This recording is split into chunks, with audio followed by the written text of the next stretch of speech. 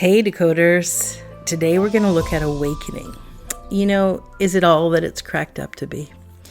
Maybe there is another path to freedom. Let's look at that. Hi, I'm Kiran Trace. Welcome to Humans Decoded, a story of hobbits, fairies, elves, dwarfs, gnomes, and humans. If you get lost at any point, there is a deep dive on all the different avatars in episode 1. It includes notes. Thank you for joining us in a fun little chat about the vast potential of our human makeup.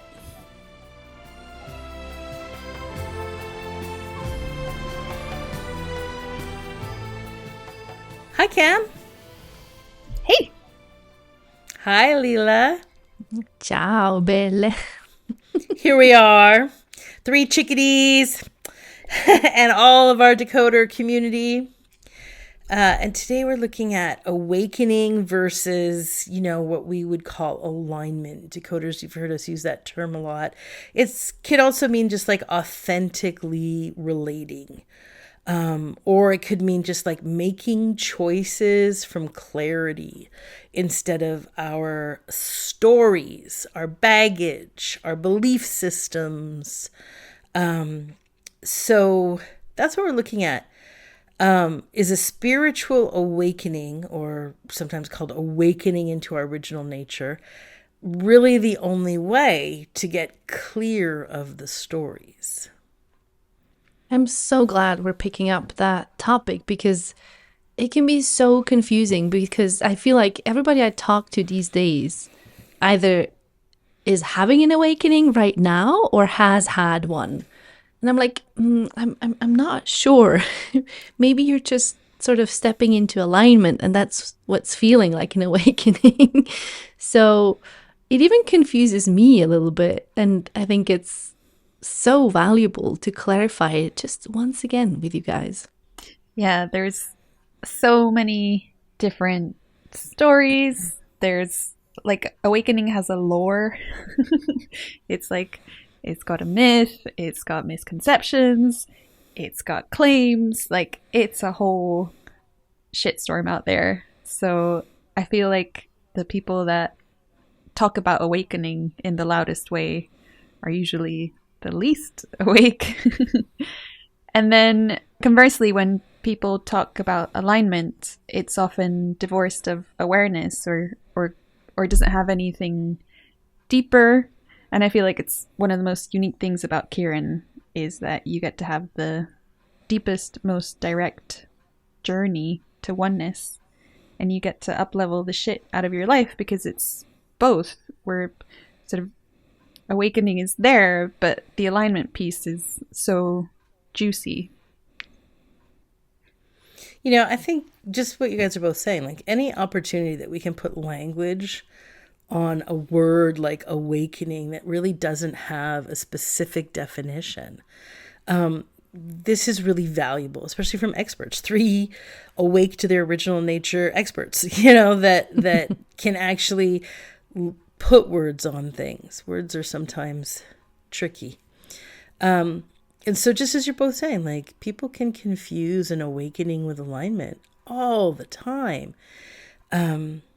Now, if I'm putting money on the table, my money goes to alignment. I think it's a better route to go. I know a lot of awake people. And people, I mean a lot. Decoders, I know a lot of awake people. And I'm not talking about people who claim to be awake. I mean really, really, truly, truly, truly no identity with separate self. Absolutely clear about source. I know hundreds. And in the industry, if I can use that term, the non-dual teacher industry,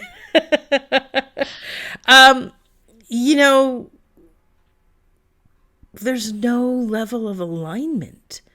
It's a shockingly tiny amount of clarity among that community, that industry, all those people.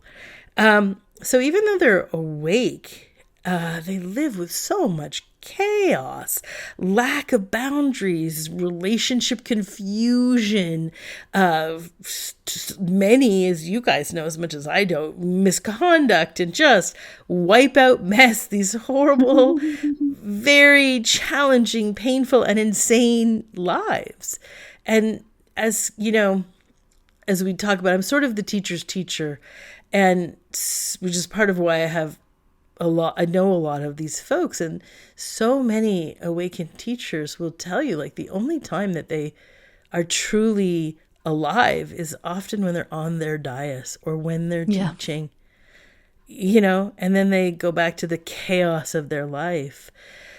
So, I often say, I don't really care if you're awake to reality or not. I care how aligned your life is. I care how fulfilling, how effortless, how free your actual life is. Like, how much do you love the day and your relationships and your world? Is it blissful? Like, what's real? Because ironically, that actually tends to wake up a lot of people. Just get truly aligned into that fulfillment every day. And ironically, like, the less stories that are behind our choices and our decisions and our movement, the more fulfillment there is, the more peace there is. And ironically, the more peace and fulfillment kind of brings you into the deeper moment of reality. But it's funny how widely spread that story is of, you can have these moments that are so alive and fulfilled when you're teaching or when you're doing your thing and you're fully in your awakeness, but then you go back to your, everyday life and there it's gone. That's so prevalent everywhere. Preach. But I'm wondering, so in Kiran terms, what actually is awakening? And there's a brilliant article in your blog. You're going to find that in the show notes. We'll link to it for sure. But let's break it down here. Cool. Yeah, on my blog, I have a great article. It's called What is Awakening? And yeah, we'll link it. So one part of the confusion, obviously, is this lack of definition. But the other part of the confusion is all the different types of awakening is.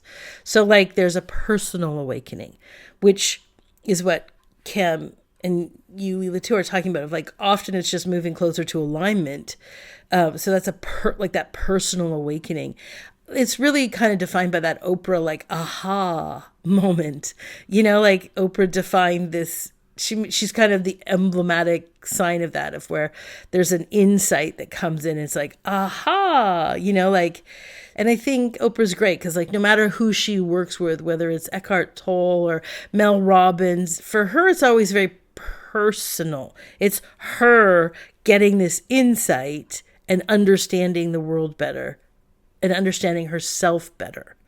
So this is like personal awakenings. There's also a spiritual awakening. Now, this is a different thing. This is when a person wakes up to the spiritual aspect of the world, or the subtle energies of the world, or the subtle energy of the universe, which is other realms. It's what happens is your own identity gets expanded. And very suddenly, out of the blue, there are these energetic sensitivities.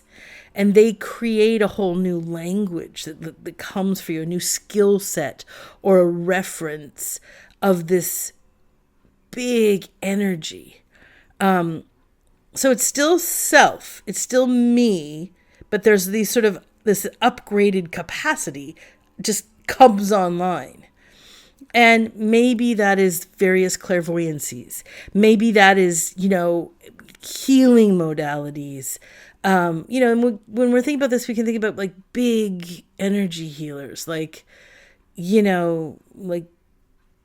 Jeffrey Allen. I think the story with Jeffrey Allen, anyways, is like, he was just a software engineer.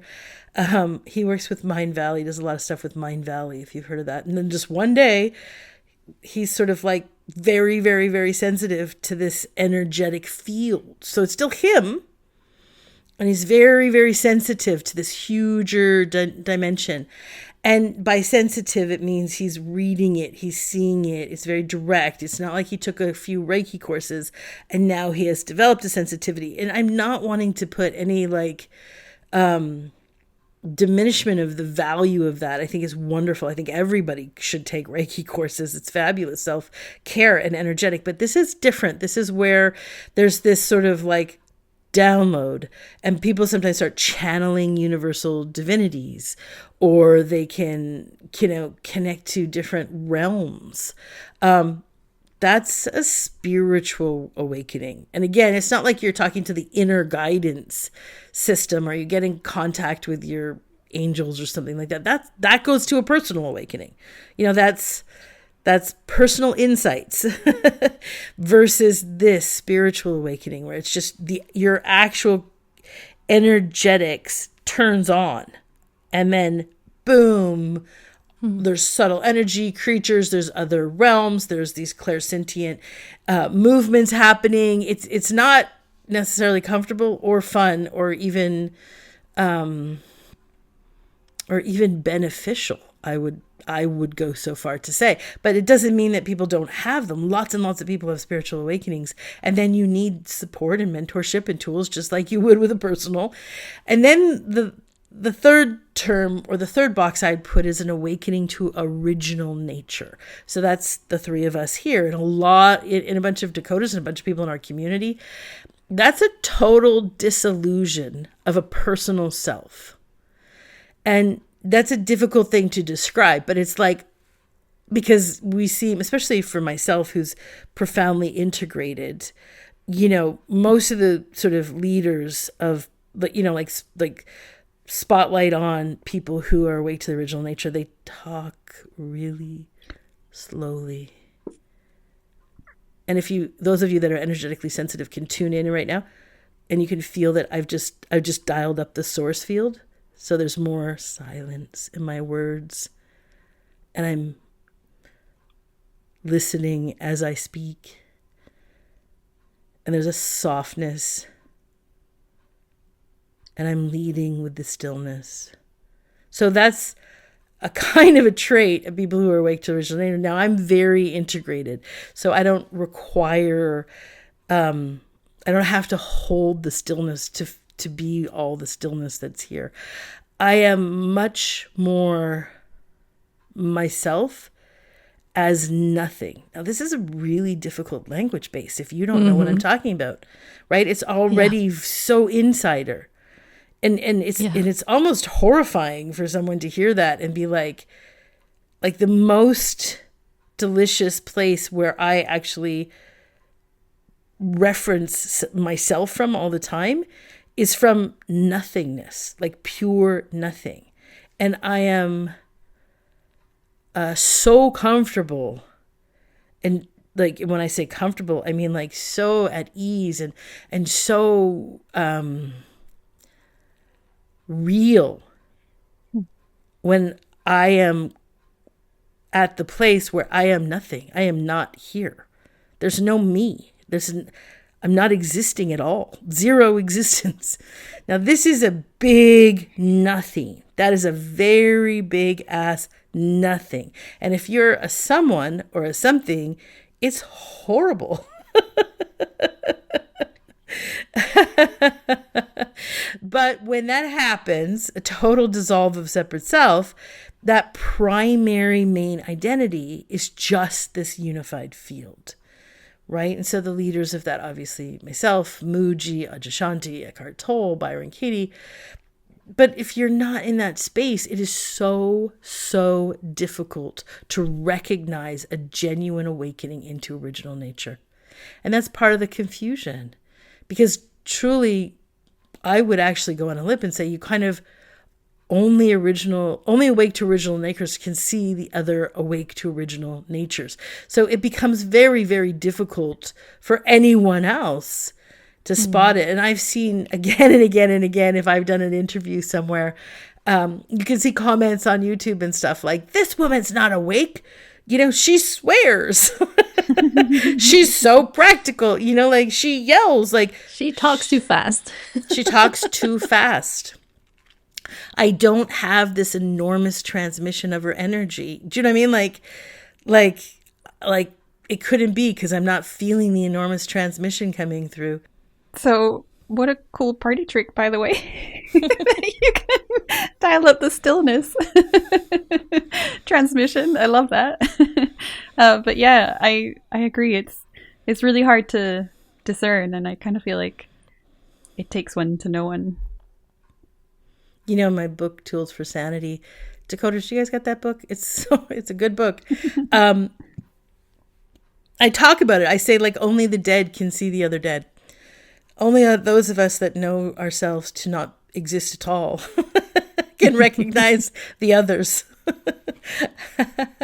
I talk about it as like this invisible arm that comes out, and it's only spottable if you're already dead.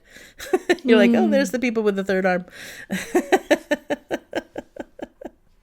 I like how we're calling Awakening the Dead now. I love it. It's going to stick.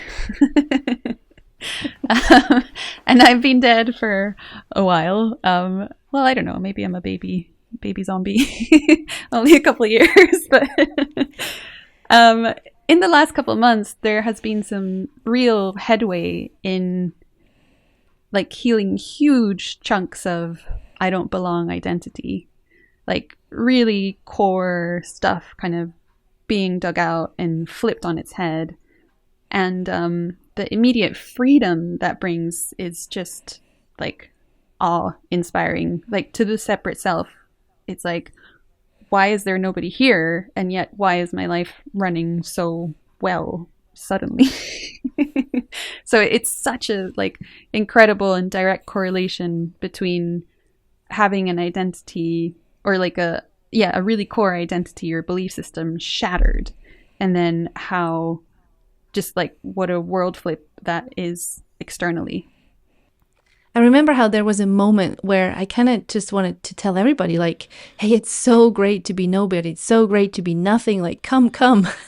It's great over here. Sort of, I don't know, being a missionary for the nothing. But Kiran would just be like, no, don't. There's no need to say anything. You can just be and live as oneness, and that's enough. What an exhale. And I'm wondering now, is like one more favorable than the other? Awakening versus alignment, or alignment over awakening? Well, yeah. In my opinion, yes. Right? Yep. You can have peace and you don't have to be awake. And that, I think that's like not said enough. And that's everything we do. Like everything we do here together is about that. That's what this podcast is about. Like it's what we're doing. It's like there's this authentic place. Step into that authenticity. Flip your story. Like see your story. So all of that creates this freedom, this incredible freedom. It doesn't require an awakening. Like sometimes I'll be like, a dog doesn't need to know it's a dog for it to be dogging. Do you know what I mean? Like a human doesn't need to know they're free in order to live freedom. Just live freedom. Just go about and live the freedom. And that doesn't require any level of awakening, honest to God, but probably comes along with a lot of personal awakenings. You might end up having some spiritual awakenings, and you could have definitely some original awakenings down the line. But fundamentally, that's not the point. There's an enormous impact to your life when you choose clarity and you see with awareness your assumed stories, your assumptions about yourself, the world, life. That has an enormous impact. It's different than the awakening impact. Yeah, because the awakening isn't necessarily turning everyday life around. It's like Cam said, pulling out the story of the pain body of I don't belong. That's what then just changes everyday life, right? And I feel like as you're saying, it's the alignment that is asking to just turn everything upside down or flipping your stories on their head.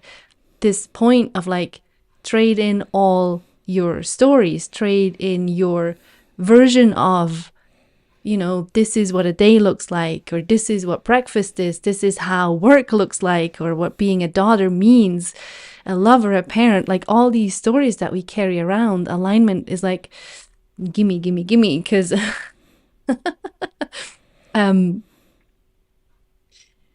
because it just has such a different quality to it, and pain bodies do not like it. They hate that. They'd like to keep running their version of reality and their agendas because they don't know that, you know, the other thing is very safe.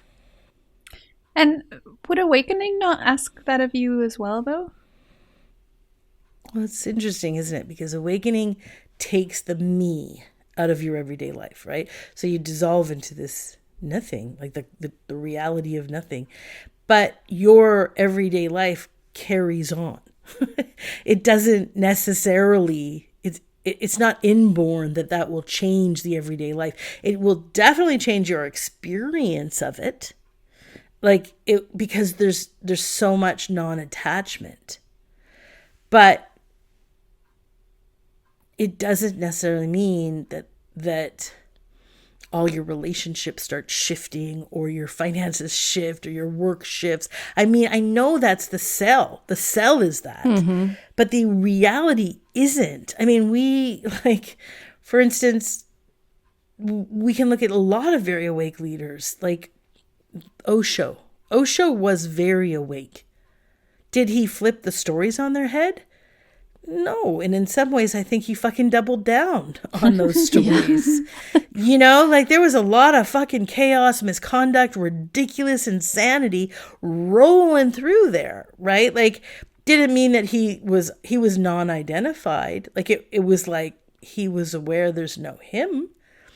And it's really easy to notice that there are many awakened leaders throughout all time who have misconduct, insanity, inappropriate chaos, you know, inappropriate communication, lack of skillfulness with relationships. There's a lot of male leaders. If you scratch the surface, you're going to find some stink. Maybe a little less with female leaders, but the stink is there because it's not about alignment. Like, that's not what it's about. So ironically, you can awaken to your original nature and keep living out the bullshit. Mm-hmm. And it just lives out anyway. But I do not see that with aligned people. You know, the aligned people, there's not a lot of stink when you scratch the surface. Like, it's not there, you know?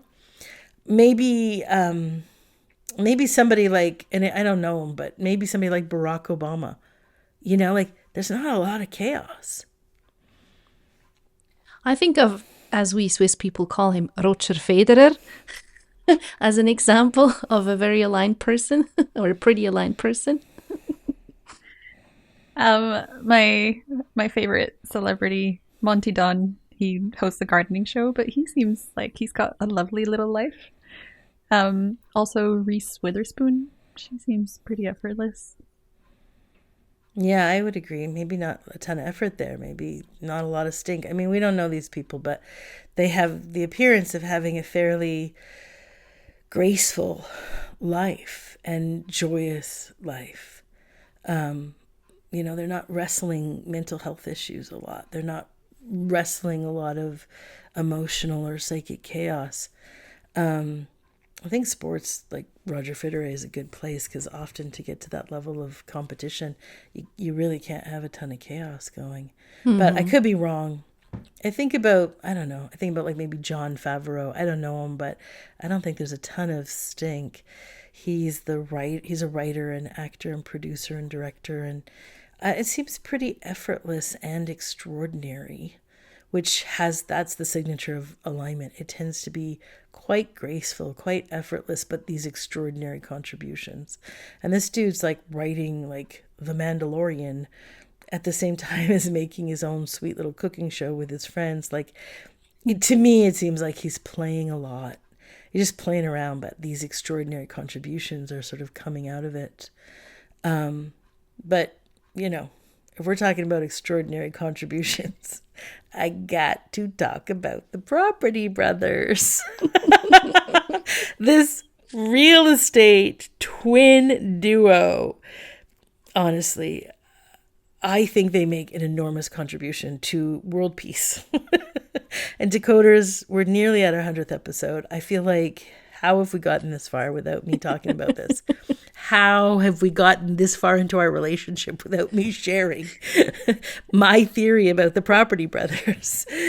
I mean, okay, these billionaires, these twins, are incredible. There's very little chaos. There's no stink. It's a tremendous amount of effortlessness. And I will go out on a limb and say the Property Brothers have contributed to world peace more than any other being in the history of mankind. And I stand by that. Because here's the facts, Jax. One of the twins is on the spectrum. So he has an OCD disorder, but I think he also might have a bit of Asperger. And the other twin is in a habit of calming and centering him. And they have lived their life this way. One calms and centers, the other one's little more dysregulated movements. Not chaos, not stink, but just a beautiful, different neurodivergent brain. And what happens is the shows, a lot of the shows they produce are pitched at this very healing frequency, a very peaceful frequency. So it is a result of this energy exchange between the two of them. Now, there are these lovely shows. There's sort of some of the original shows were like, just give us your budget and we'll give you your dream home. You know, like it's pretty uplifted, very beautiful, desire-based stuff. The shows are built on, but the shows, the entire pitch of the show is at this very spacious, gentle, healing vibe. And they were making a bunch of these shows sort of in like 2005 to 2018. And they did this remarkable thing. I don't know what went on behind it, but they sold their shows very, very, very, very cheaply so that all kinds of developing nations could buy it and put it on their little local TV shows. So all over the world, there were hours and hours and hours of the Property Brothers broadcasting. So you could be in Tunisia or a small town in Croatia, and you had 10, 15 hours of Property Brothers a day. And this frequency was pitched in this sort of peaceful, lovely, aligned energy, as opposed to, a lot of shows. So a lot of people rode on the back of that and came later. And their shows are pitched higher. They're at this excitement level. Right? So it's like the great show, the great transformation, and everybody come, and we're going to rock the block, and we're going to right? That's not the same pitch. Mm-mm. That's a mental separate self pitch. So these boys came out, these men came out, they created this wealth of content, pitched at this healing frequency, sold it globally, spread it all over the world for like hours and hours and hours a day of this frequency. So hand those boys a Nobel Peace Prize. That's alignment. And I would put money that has made more of an impact globally than any awakened leader ever has. You can fight me on that. Exactly. That's the impact of alignment, not necessarily the impact of awakening. Like, it makes the difference between, I know I'm God, but I'm still over here running my stories, or I know what alignment feels like. And then, it just turns everything upside down. And, the misunderstanding is sort of that awakening is going to magically make all your stories disappear. But I think we can tell you that's not how it goes. It would be nice, but nope. We wouldn't have all the misconduct and crazy chaos all over the place. Exactly. Yeah, and it's not a fixed destination. You don't wake up and, everything's fixed. And I would be wary of anyone who claims they're like, done with evolution or done with their spiritual journey or, awakening.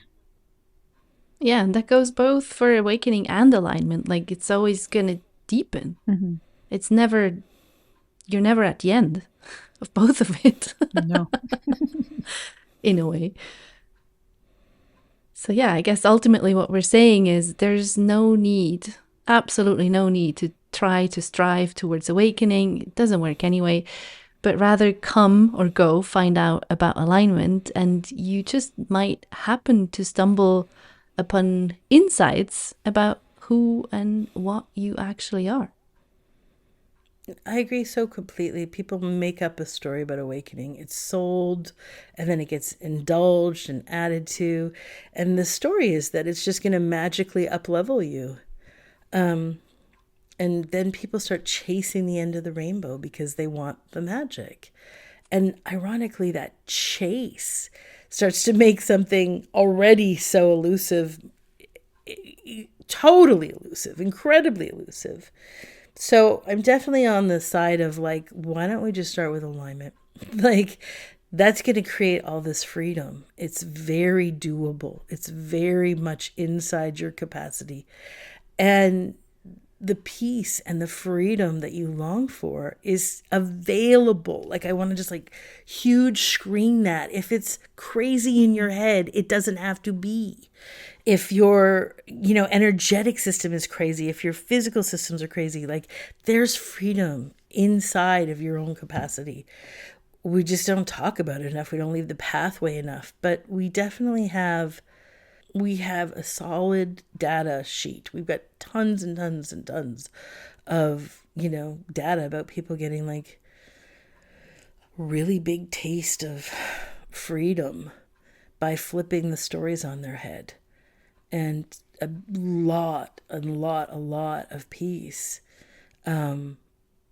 making the chaos so much easier to spot. And I feel like enlightenment, because of all the lore, it can be quite a burden. And speaking for myself, I wanted it so bad. I chased it real hard. And it's actually a really, really painful place to be. And yeah, that chase has its own energy source. It can keep running forever. It can build like a super identity around how much of a good seeker, faithful seeker you are. And I think wrapped around that could be a fear that's actually very afraid of finding. So it just keeps you in the chase. And I think the difference with alignment is that the proof that you're looking for is more immediate. It's just inside of moment to moment. There isn't a story about how, when I find alignment, in the same way that there might be around enlightenment. So there isn't a sort of goalpost in the same way. And also when you do start to live more alignment and you sort of teeter off of it, the jolt of misalignment is electric. It's horrifying when you're used to alignment. Yeah, it reinforces itself more and more. Alignment does. Yeah, and I would say it's a much better compass because you're being guided moment to moment. So, decoders, if you haven't taken the 9-day course, that's a free, it's called the 9-day challenge. It's on the homepage of my website, kirantrace.com. It's honestly, it's a very, very good course. And it's the first step in making choices from clarity. And, in my experience and the feedback I get is that, you're going to get it if you take that class. I've not met very many people who took the class and got all the way through all 9 days. But you know what? It's okay. You don't have to get through it all. If you have 2 or 3 very clear choices in the first day or the second day or the third day, it's going to ignite a little pilot light for wanting more clarity. Like Cami's saying there. It resources itself. And people, we have so many tools, you can come to the full length classes, come to retreat. I think you have a couple more days to sign up for retreat. Why aren't you guys coming? Come, probably because you have a story that you're not really ready to flip on its head yet, which is okay. Even just being honest in that awareness is a really foundational step.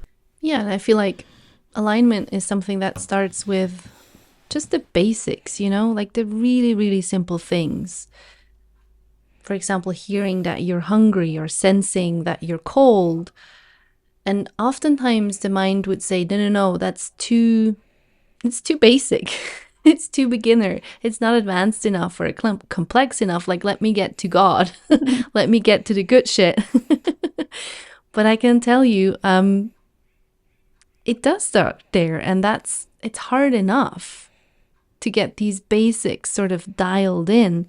And then it's not about, we're not saying you have to nail alignment 100% of the time, but just nailing it or landing in it, maybe stumbling upon it once or twice or 3 times. It just gives you that taste. And as we're all saying, it just makes you want more of that because it's so delicious.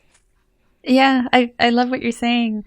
And I feel like it's similar to what we talked about with purpose. It's not something really grand. It's just your favorite sweater, a sweet coffee in the morning, a moment of meditation. It's very moment to moment. And it might scare you to give up the search for something grander, because that means you'll actually have to be here. And that's where the real adventure is. And the real healing begins. And so, speaking of here and adventures and healing and all things amazing, next week is our 100th episode. And as part of the celebrations, we've decided to do a live avatar workshop on Zoom. So, oh my God. Yay! Yay! You guys can sign up and jump on the line and play with us. Yay! Yeah, the 3 of us face to face with all of you. I can't wait. Send us an email if you want to come to the live workshop at outreach@kirantrace.com, and we'll make sure you get the link. And so it's on Saturday, 7th of June at 10:30 a.m. Pacific, or 6:30 p.m. UK, or 7:30 p.m. Central Europe. If you're further afield, look it up, because I don't know all of the world time zones. We want to get to know you more, as we talked about in the last episode. We want to hang out with you. Folks are going to join us, hopefully from all over. Just an hour hang. And it's a great way to celebrate our 100th podcast. Although we're recording that, it's really fun. And we actually have gifts for you on that one. So anyways. Oh my God. It's a whole week of celebrations. I can't wait to get to know, a little bit of our audience. I hope a lot of you guys come. See you Saturday. Peace. See you there. Bye. Thank you for listening. We obviously love hearing what you think. Your feedback helps us make a better show for you to listen to. So feel free to comment, and you can do it at Facebook, which is the Humans Decoded Podcast. And if you're not on social, you can always email any questions to us at outreach@kirantrace.com. And thanks for listening. We love you.